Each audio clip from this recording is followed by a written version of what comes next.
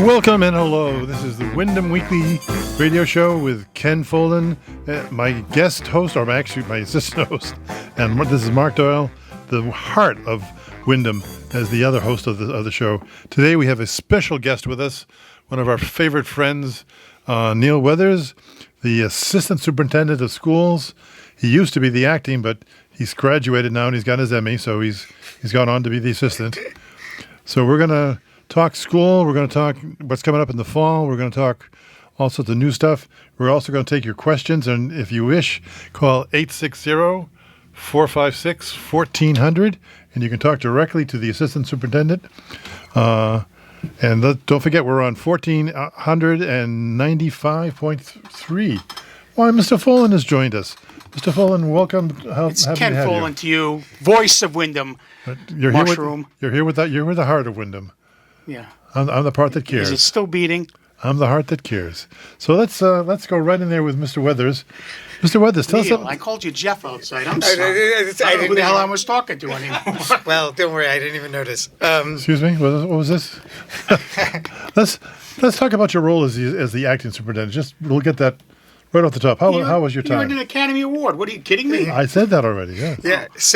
So for the previous 6 months, from mid-December to the end of June, I was serving as the acting superintendent for the district, and proudly, and I was honored to be able to serve in that role. And during that time, we had some major transitions going on. As you know, the Windham Center School closed. And those students next year will be going to Sweeney for grade 4 students, and North Windham in grades K through 3.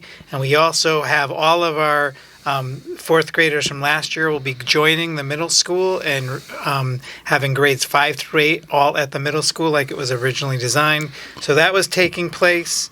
Mark, you may be aware we had a little project as we tried to get the submission for a new elementary school done. Yes, and we had a little bit of an active budget cycle. So those are the last 6 months. Right. But I will say, as a board member, our transition team did a great job with Neil as the acting superintendent and Albie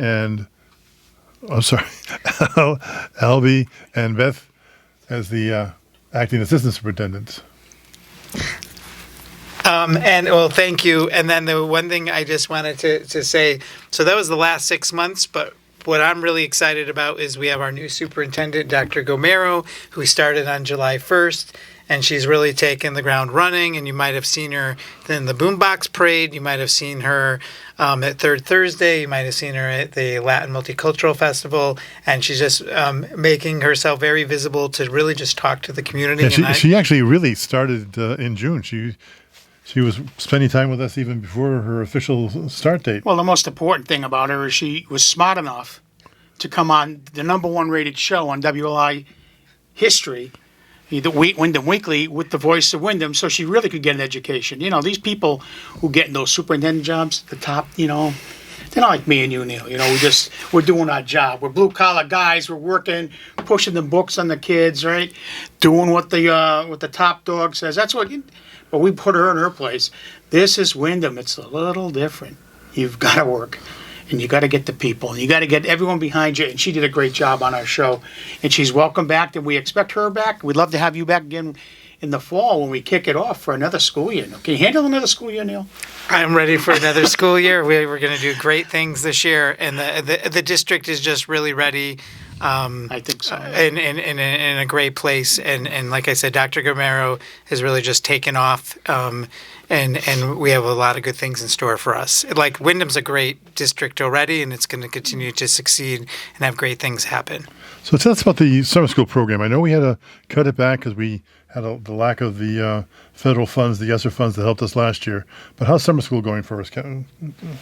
So this year, right now, we have basically three programs. One of them just actually ended today. We have our 3-week credit recovery program at Windham High School. This year, I was able to go back to the high school because the renovation. So that's for high school students who may or may not be up to date with their credits for the class. Yeah, so it's they can graduate. Okay. Right, either graduate or stay on track to graduate. All of that, and that particular program is 3 weeks. One of the reasons it's 3 weeks and not 4 anymore.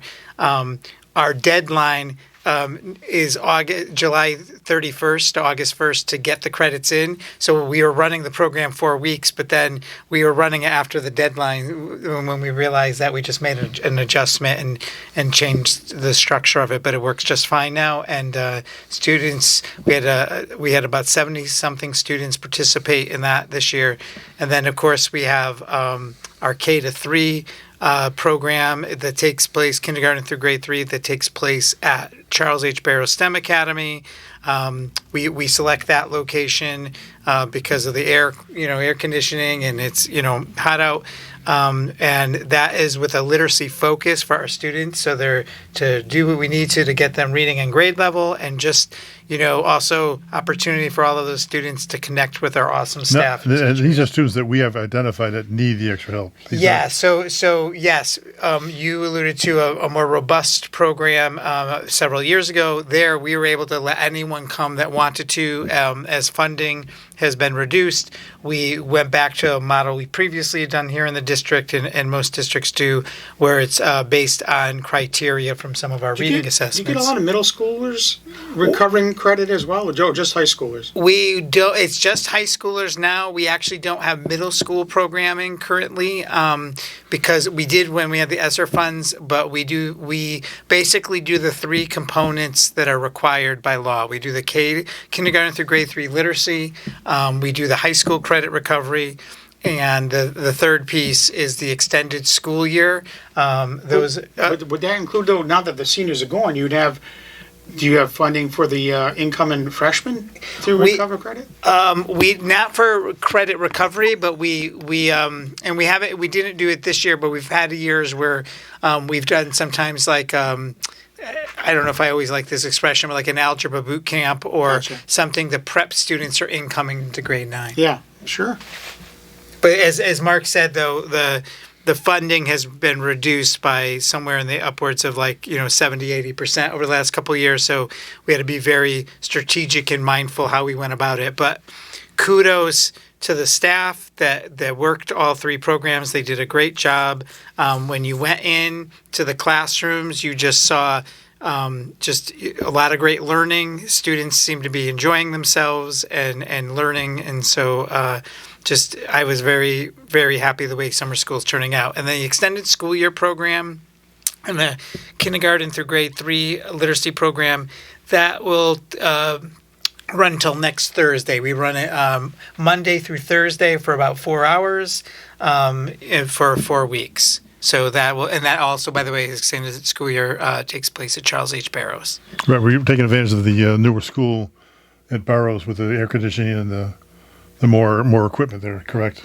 Yes, and then also too, by having both programs there, it helps us. What we try to do is it helps us centralize our administration coverage or office coverage to make sure that that it's all not just falling. It also helps us with the maintenance. I don't think people realize how much maintenance goes on during the summer for our staff to get these schools back into shape and the floors up and waxed, and it's an awful lot of maintenance that we have to do.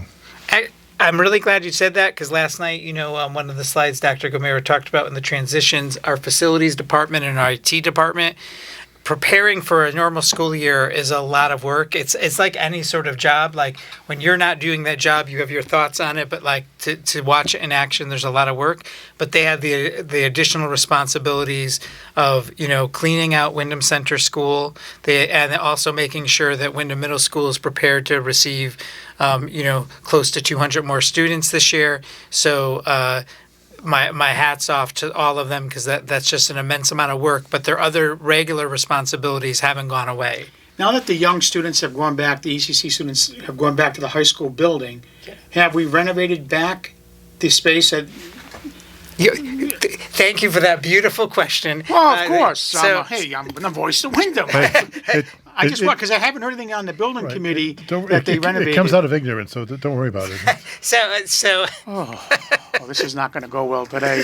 Good thing Neil's in between us, and I respect Neil quite a bit here. So it worked out. So you're right. So that's good for anyone listening to hear that the Early Childhood Center the previous year moved out of Windham Middle School, which allowed us to move the grade 5 back in. When they moved into their brand new, beautiful facility there on the high school, the same campus that the high school's on, that freed up an entire wing.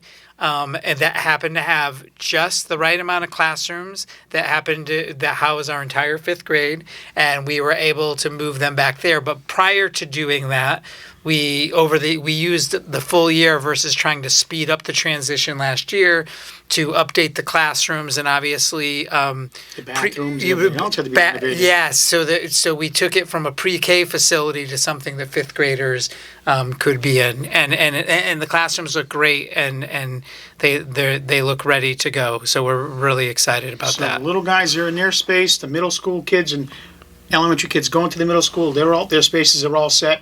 And we just got some loose nuts and bolts up at the high school to finish. Right. Not a lot, but stuff. The remaining. Speaking of the committee, I think it's important to note for our public that the middle school, which we built, I think, Ken, you were on the board at the time we built the middle school, Yes. as I recall. And The it middle came out school beautifully. was originally designed to have the 5th grades there, so Correct. we're returning them back to where we originally designed them. Because when we built the middle school, we had a space crunch in our grade schools, and we were using a lot of outdoor buildings, and the idea of moving them into the middle school was able to free up space at the grade school. But the point I really want to make is for parents to understand they're a separate wing. These children they're not mixing our 5th, 6th, 7th, and 8th grade students all together. During the day, each classroom, each grade has a separate wing, if you want to go over a little bit about that. Yeah, so if parents were to see the wing, it's a U-shaped wing on the first floor of the building, or the main floor, I should say, because there's a floor underneath. And if you go in, it's really isolated from the rest of the other classrooms, which would be the 6th, 7th, and 8th grade. So it's I think, a great opportunity to transition 5th grade over. One of the things that obviously, with good reason, parents get worried about, they were worried about or concerned or wondered about class size.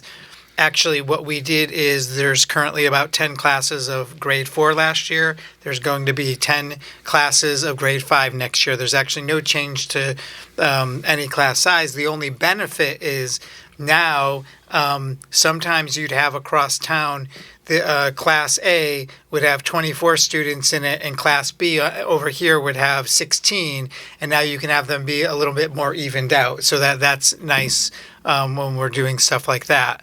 And there'll be 5 of our unilingual classes, and then we will have 5 classrooms that are with dual programming. So we're really excited about that. And then when you're mentioning, when we're moving, we're taking a lot of consideration and doing some planning over the summer, and details will eventually go out to families, obviously before the start of the year, regarding dismissal, arrival procedures. Obviously, one of the concerns from parents or legitimate questions is, well, how would that be now that you have 200 more students? And what about my 5th grader now that has to walk or do this?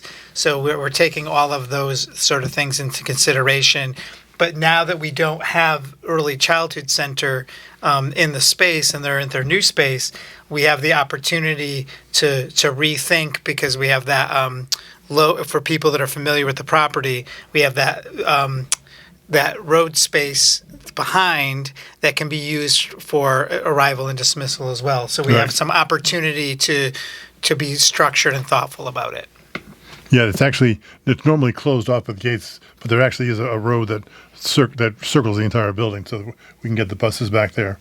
It's right near the cafeteria and the Right, library. you could either do buses or cars, right? Right. However you want to do it. So these 5th grade students, speaking of buses and cars, are they on the same bus with the 6th, 7th, and 8th graders? Yeah, so that is likely where we can't split up like the 5th and 6th from 7th and 8th. But one of the things that I spoke to when parents asked, one of the things that we can do, it's not dissimilar when we put kindergartners in the front of the bus and like group them by grade. You can start off by having fifth at the front of the bus and have eighth graders in the back.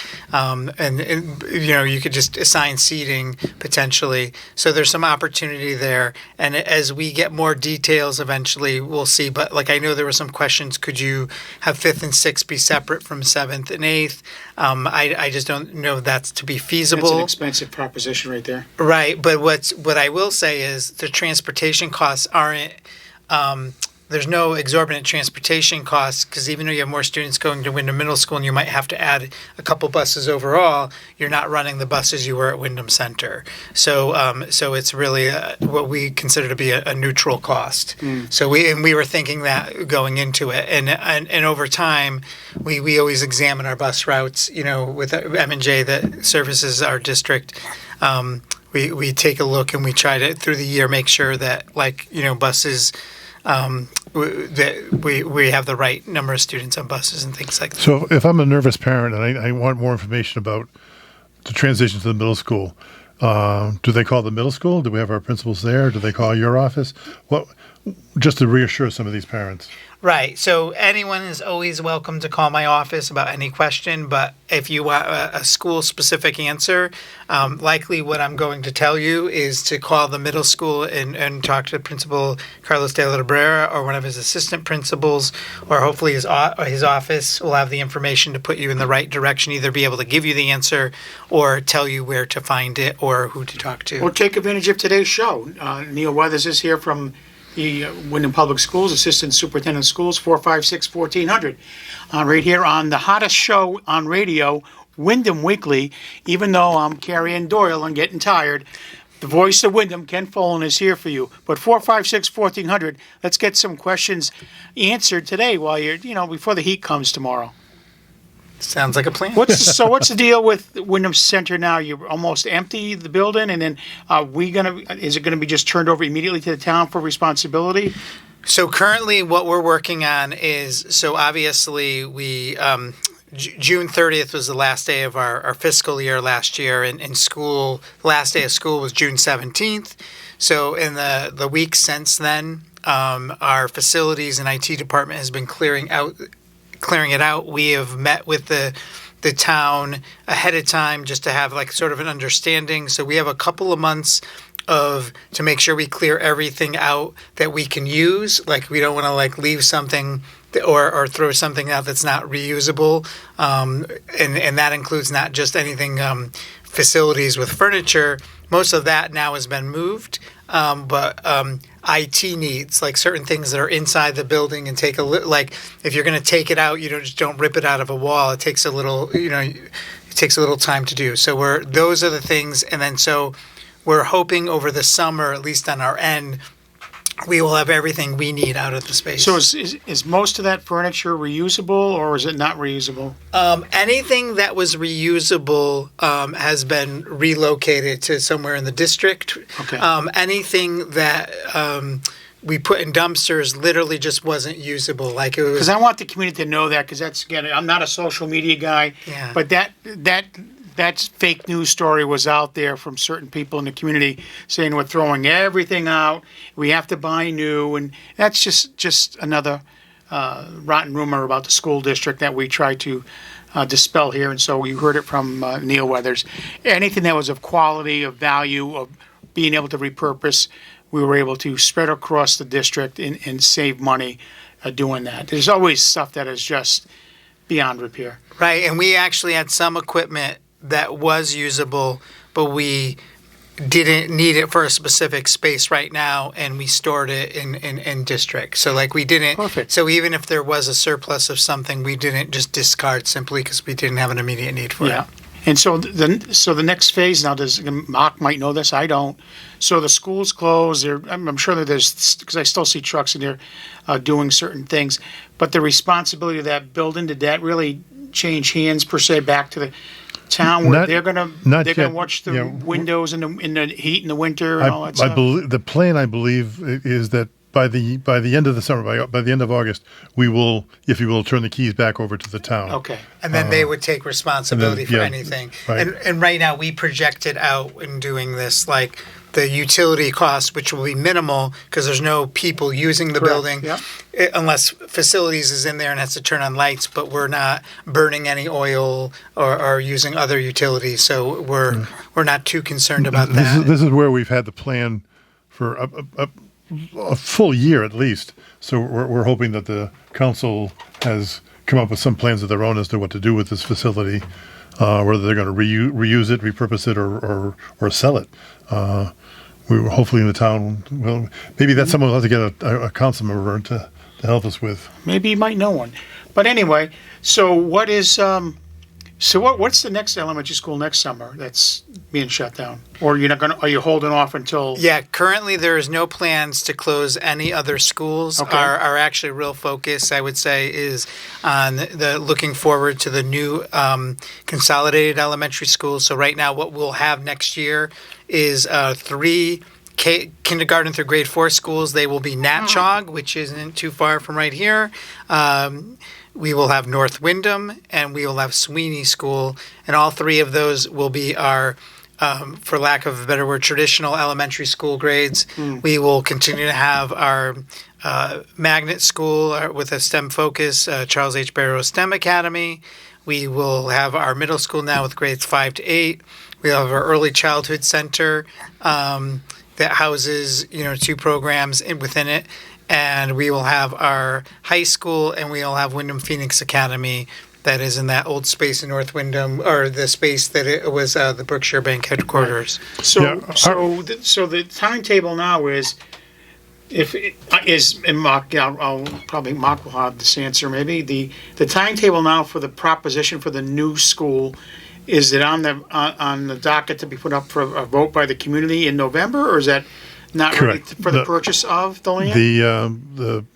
The town has set November election date as the referendum date. As to purchase the property, that date hasn't been set yet. That's again in the hands of the town council. It's ultimately the Board of Ed's goal that we would close the 3 elementary schools and have the 1 consolidated school. But once it's built, I would assume. Even if that all gets approved, which I'm certainly hoping it will in November, that's still probably a 2 or 3 year time before that building is finished. Oh, at least. Yeah, you've been involved in building committees, Ken. It takes a while to get these buildings done and finished. So it's 2 to 3 years away before we would be looking at closing these other facilities. But that's part of the benefit that we're looking at is by consolidating. And I think, Neil, we can talk about it in real life time with the middle school.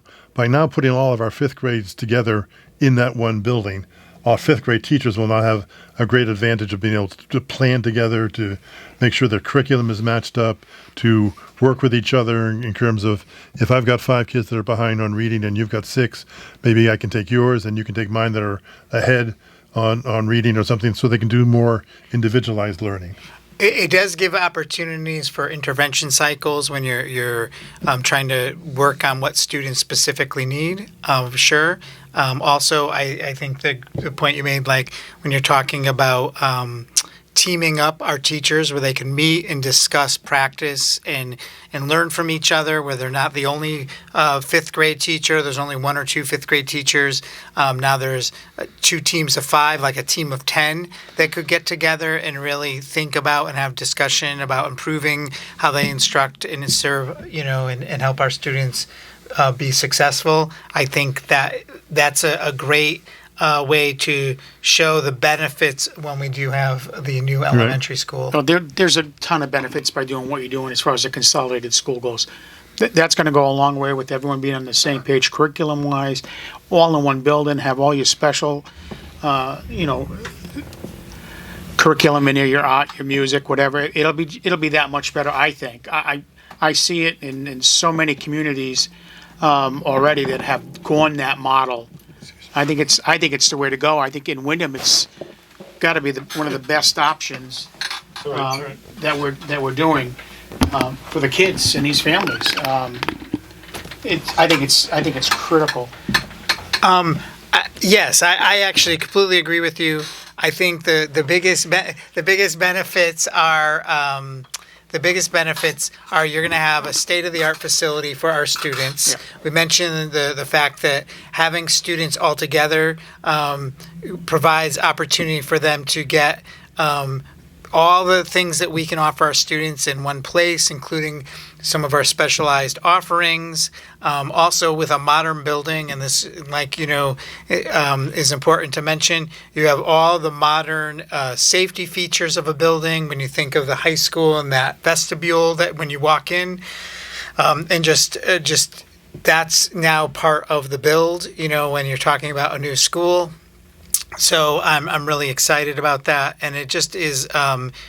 We're giving our students what they deserve. So there's that piece of it. We're responding to the times we're in, and so I just think that the school is a great idea, and I'm looking forward to that referendum passing and November 4th. One of the things that also just keep in mind is, while I'm the biggest supporter of every school we have here, and I was just as sad as everyone else when Windham Center closed, because each school is its own life force. But we have our existing elementary schools are not the youngest buildings, and if you start to think over 10, 15, 20 years long term, the amount of maintenance and capital improvements that will need to be made to maintain them, make sure they're up to code, even not even optimized, you're going to end up spending a significant portion that could be used to go into a brand new building that will require over time much less maintenance in the first few decades. When I was on the school board light years ago in Shear, I was on the roof of that truck building, seeing holes, watching the flooding come in, Mooney Masonry coming in, doing all the renovations, and the time, money, every other week it was another part of the building. And it's given it, I've been off the board at least, I'll say maybe 20 years, I'm not really sure anymore, but it's lasted that long with all the patch and repair, and the technology in the building is, and the comfort in a building like that, very difficult. The high ceilings and everything else, the energy savings is just not there. You got your money's worth. The community got its money's worth out of it, but it's like an old car. After a while, when it's in a repair shop every other week, it might be time to look at it. And like I said, I don't know how much longer that building in particular has. Sweeney School, again, in my day on the board, you still have those two outbuildings, right? You still have the gym and the cafeteria in one. I remember the phys ed teacher, Mrs. Swachenko, when we took a tour of that building, and her office was inside an old shower. You want to talk about a morale boost. A new building does that. It doesn't make the students any smarter, but it gives them pride, which we hope motivates them to do better. That numbers were reflected at the middle school when that opened up. Because people always say, oh, you could put them in a mansion, doesn't mean they're going to do any better. Well, it actually lifts the spirits of where you're working. If you work in a dilapidated building that just doesn't have the technology, and you go to the next community over, they got a new building and they got the whiteboards and this, that, and anything else. It's a motivator for the staff member to come in and give it that extra. The parents come in, there's more pride. You go to that high school now and you go to those games, whether be it soccer or football, the pride in seeing that field the way it is, the energy is that much greater. And that's, unfortunately, it's like your home. You can maintain it until you're drained. But, you've got to at some time, do a complete renovation, sell it. The buildings only last so long. And, and then you have buildings that are crumbling. I look on Main Street, and once the days of grandeur over here at the Hotel Hooker, and I see a building that's going to fall in on itself sooner or later. You can't save that. Even the facade isn't worth saving. And so that's where we need the community to rally around this referendum come November. I think it's put the politics aside and thinking it's a waste of money. unless you think children are a waste of money, and education's a waste of money, I don't get where you wouldn't support this for the district. So thank you for saying that. And, Well, of and course, Neil. I'm the voice of Windham. and then the just as a point of like when you talk about pride and you're mentioning the staff, I have to tell you that the students when they walk in the hallways of the high school, you could feel that pride as well. And like you said, at the football field or our sporting events that are on site again, you could feel it as well. And also, it's an incredible facility. Being a runner, that track is amazing. I know because I ran on it yesterday. Oh, me too. I was there. God, you didn't see me, did you? I just missed you. You were I must have been a little faster than you. You were too fast. You know, speaking of the track and speaking of trying to raise our education to new heights, let's take a side road here and talk about your efforts to run at a new height. Tell me about your Pikes Peak experiences. Okay. So For those who don't know, So, and I look forward to talking about this more, just so everyone knows, Dr. Gomero is also a runner. So we collectively have a bevy of marathons between both of us and some great running experiences. And I look forward to talking about that. This particular race is in Colorado Springs, or Manitou Springs, just outside of Colorado Springs. And it's basically a marathon that goes up Pikes Peak Mountain. And it starts at 6,000 feet. That's the base. And then it goes to about 14,000 feet. It's 13 miles up, about 13 miles down. Somewhere there's a 0.2 added to it. should be about the same length down, don't you think, Neil? Yeah, you're right. And then, so anyways, it's something I tried last year, but the weather the night before, there was snow on the mountain, so they couldn't get the safety staff up there, so they turned us around halfway. So I'm going to give one more crack at it and see if I can go up this. So if you see me running up the hills here in Willimantic, just know that's my elevation training. I can tell you because my daughter used to live in Colorado Springs. That I've been to Pikes Peak many times, and I would take the train up to the top of Pikes Peak, and about halfway up, I would get out of breath because of the thinness of the atmosphere. So I can't imagine trying to run up that mountain. Slow. Well, when we say run, there's going to be a lot of walking, Right, and that you have about 6 hours to get to the top, and then you have another about 4 to get. Yeah, down. I know my daughter. She was in the Army at the time, and that was part of their PT is running and or marching up that mountain. It's quite an adventure to get that high. Yeah, they say it's one of the hardest marathons, so I said like I'll give it a shot, and you won't see me with any like trophies or placing that day, but like I'm just seeing if I could pull it off. Got to get that stuff from Shark Tank, the oxygen. Have you seen that yet? I have seen that. Oh, yeah. I hit that every night. Try to get through the day. That was a pretty interesting product. But anyway, how's staffing looking for the fall? I know you've got plenty of time still, but how's staffing looking? So what we're doing right now is we have. Like any summer, we have some vacancies, but as vacancies occur, we've been posting. As people may or may not know, currently there's no officially set budget because we're waiting for the September referendum. But we're currently, as a district, operating operationally as if we have zero. And what we've done is, when there's a vacancy, we've been posting for things that were already projected in a zero-based budget. Well, isn't that what's going out in the referendum, Mark, is zero? Well, right now, I was just looking that up, Ken. Changes every day, but Yeah, I was just looking that up right now. The last meeting of the Board of Finance, they did vote for a zero increase in our budget, but they said at that time, the chairman Tyler, they're going to have another meeting in August 20th, where they can make changes yet to how they're going to set out the budgets for us and for the town. Those are the two budgets that still need to be approved. So people who have interest should show up at the Board of Finance meeting on August 20th in Town Hall and voice their opinion, because that'd be the last opportunity to change. For instance, we are at this point, we've made significant changes to our budget, and we're at the point now where we're actually asking for 0.3% increase. It amounts to $161,000, but so it's a 0.3. So as close to zero as you can get, but it would help close that final gap we have and not have to worry about more staff layoffs or sports programs or other activities. But speaking critically, you've got your administrative team is set in place in all the buildings, so you're not doing a search, which is huge because that's a lot of time.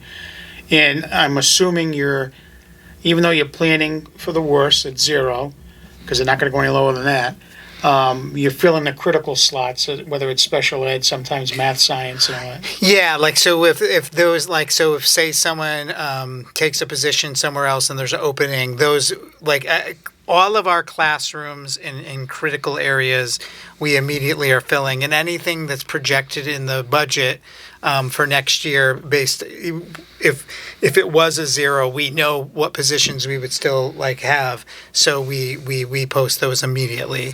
But just to Mark's point, I that 0.3 would be it would be really helpful in figuring out some of the gaps. So like to get from the original maintenance level budget, there was a lot of mindfulness and thought, including a budget freeze for 2 months to get some of our 2% set aside to make reduce what we needed. And it also included a total of 15 position reductions, and that's in addition to the 13 that were already made at the beginning. So a total of like 28. Yeah, people have to understand that we've already made significant cuts. So there's 28 positions we either cutting or not filling. Right. Because getting from the 5.8, which was our original request, which then went down to 3, and then went down to 1.7, and as we all know, didn't pass at the ballot, and now you're right. They haven't even set a full date yet, Ken, for that referendum. Originally they were talking about doing it in September. In September, the original date they had conflicted with Rosh Hashanah, so then there was some discussion of making it the following week. Now I hear there might be some question about the September 30th date. So I don't know. This budget has been historic in nature in the way they've treated it, and the postponements and all the activities surrounding it. It's shameful. It really is, because to operate the budget the size of the Windham Public Schools or the town in and of itself, right? And then the complications with the taxpayers for their own personal budgets, right? Is pretty insulting and difficult to maneuver through. When do we do that? I mean, I got a shameless plug. There's a little sewing club at the high school that somebody really wants continued and enjoys. So I mean, there's these little things in life that make people happy. And but it's true. And in all seriousness, the way they handled this budget, this entire process, in my opinion, has been nothing but insulting. So, and you did a great job. This is the acting, but you did a great job getting through. I watched all that stuff, and I was pretty amazed your calmness in handling it, because I would have had to yell a few times. I'm telling you. I did at home, by the way. Neil, I said, scream a little bit. We try to remain calm there at the table, and yeah, and I thank you for that. And I just think, as Mark said, if for people listening, if you're really interested in the budget, there's an opportunity for you to speak your mind however you feel.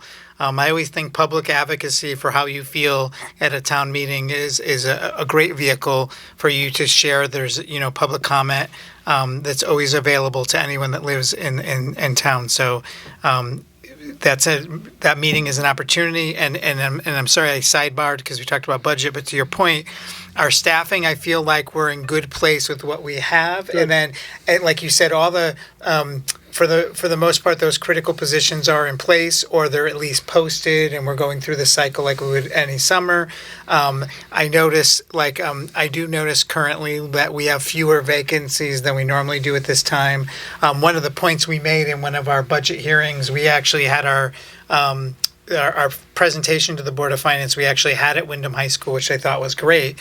One of the things that we talked about is, while it's still not like as high as a number we'd like, over the past 5 years, our teacher retention rate, 5-year retention rate, has increased by 5%. Well, there's a lot of work that goes into that, and some of that is, quite frankly, the stability of knowing that your job is going to be there the following year. Stability and having long-term staff is critical. We can't afford as a community to be known as a training ground. And for years, going back as long as I can remember, that's what we were. We were a training ground. Oh, you worked at Windham, and they would just snatch you up. I know teachers who've gotten phone calls every freaking year to come work in our district, because they know the pool of talent that we have here in the population that they're serving, and it would fit their needs. And it was, I always said that was, headhunting is one thing, but when you're calling your former staff and trying to poach people, but anyway, so your staffing's good. Last week's show, you and the new superintendent, Iris, yeah, Dr. Gamera, yeah. need to sit down, plug in the YouTube Windham Weekly, and watch the young teacher who was on. Okay, we didn't get permission from anybody this time around because it was summertime. It's America. So we had a young social studies teacher on by the name of Mike Hope from the high school, from Windham High School, Mike. And his mother, Mrs. Fullen, was here, and she coached him to remember. But he was. You couldn't have asked for a poster child to be any better for the Windham Public School District currently as a teacher. Well-spoken, very positive. He was extremely happy. And, especially with the administrative team, his colleagues helping him and mentor him in his first year. And was a product of the system, right? And product of our school district. He went K to 12 with us. He just an amazing kid. So, honestly, you could probably take snippets and use it in your, you probably have, back in the day, I remember I was invited, I spoke to the new hires and whatnot. By the way, I put my card out there, convocation, if you want something more lively than what you've been having since I've left, call the voice of Windham. You can tell Iris, I already told her that, you got to, like I told him, you got to live history. Put on the white powdered wig when you're down in that section, and get up I there believe and there's a talk reason why the retention's gone up, Ken, since you left. Listen, I had the best speeches for those guys. They were all pumped up, and the school years were smooth. But we had Neil dancing. Yeah, what are you laughing about? We had Neil dancing, so you can't beat that. Please, let me tell you. So he's a perfect example. Because I asked him, so you're going to be a lifer here? And he said, more likely. And I told him, I said, once you get your feet cemented in the district, and you're ready to, always think forward. Get your 92, and a guy like you will go far in his district because of his commitment. His roots are deep in this town. And we've asked him to find friends of his age who our teachers are thinking about going to education, because he's a young guy. He's your soccer coach now this year. Yes. He's just, he couldn't play Abraham Lincoln because of his height problem. But I'm going to do his class 3 times this year. Plus, I promised his team a pasta dinner like I used to do back in the day. So I'm telling you, Neil, he was a great hire. It was a great show with him last week. I think yep. I get a lot of positive comments about that, and he knows what he needs to do. But Pam Cabb and Laura Risley and all those folks up there, the support that he felt was amazing, and that speaks volumes for the whole district. Again, thank you. Yeah, so that's really important. I think to build a successful district with staff, it's always like a combination of things, right? So I think it's critically important to have products of that school system now being the next generation of staff to lead the work. And I also think too, like case in point, myself, someone that has fallen in love with Windham by coming here from a different district. And then when you have that perfect blend of homegrown talent and talent from abroad, it really builds like the climate and culture here that is just so great. And then, I think in October it'll be my first decade here. And I've done 15 in Meriden, and I tell this to people, I didn't think I would love a district more than Meriden, because that's where I was born, but I absolutely love Windham, and when I hear stories that you just told me, it just makes me happy. Now, he's also teaching our AP class. I don't know if you want to quickly just to highlight some of the stuff at the high school where we do the AP class, we do the UConn class. So I'm really happy, and I saw the 2-minute warning over there. So I will quickly just say one of the things that for students and families that come to the high school, the UConn or ECE experience or AP or any of our college dual enrollment, the beautiful thing about that is students that if they pass the exam with a certain score and get good grades in the class, that could be turned into college credit when they go to college. And we've had several people, I think one at the public hearing mentioned how their child actually graduated in 3 years instead of 4, which is a huge financial savings. We actually offer more courses like that than the average of the state. Like I know the state's in the 90s, but we're a little bit higher than what that's. Yeah, we had the valedictorian on, and he was commenting how he will end up actually missing a whole year of, not missing, but already has a whole year of college credit when he goes to UConn. So listen, in the fall, we're definitely going to have, I would like to have Iris and Neil back again. You got next year. Let us know how, get your feet wet for the semester. Let's know how it went, the opening day. And I'm going to push and push and push. As long as we got the show, we want to highlight the school, so we need the kids. So get those kids from the elementary school. They've got to be doing something. We haven't had any little guys up here. I know they're afraid of Doyle. And come out on the Board of Finance and support the board budget. Okay, so hey, thank you again for listening to Windham Weekly. I'm Ken Fullen, the voice of Windham, along with Mark Doyle. The heart of Windham. And we'd like to thank Neil Weathers for coming in from the district. He's always a super guest here. Next week, I think Mark has UConn nutrition people coming in. Yep. They're going to help Mark out because, he's not quite as fit as the voice. They're bringing some carrots with him. We thank you for listening, and we'll talk to you next week.